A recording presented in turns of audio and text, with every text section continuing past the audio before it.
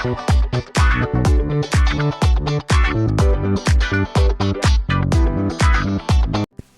guys, welcome back to my videos. My name is Peter Kaden here, and leo naelekea kwa my client. I have a client who requested for a kitchen garden, a very small kitchen garden at the back of their house.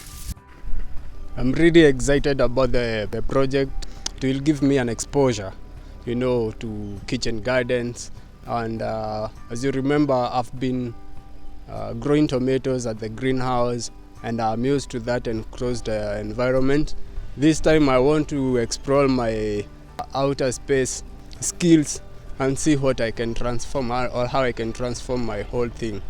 My client anataka a raised garden. That is what I'm going to make for her.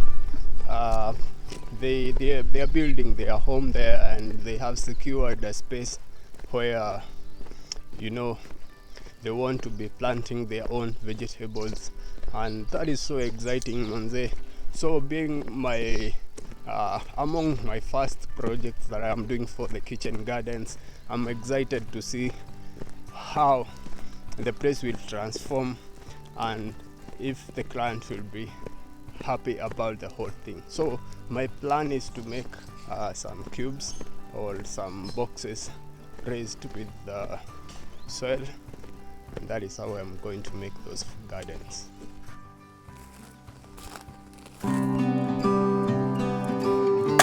So guys, nishafika hapa hivi kwa site, alafu the space I have is this one behind me here. It's not that big area here, and this area we are going to transform it into a kitchen garden.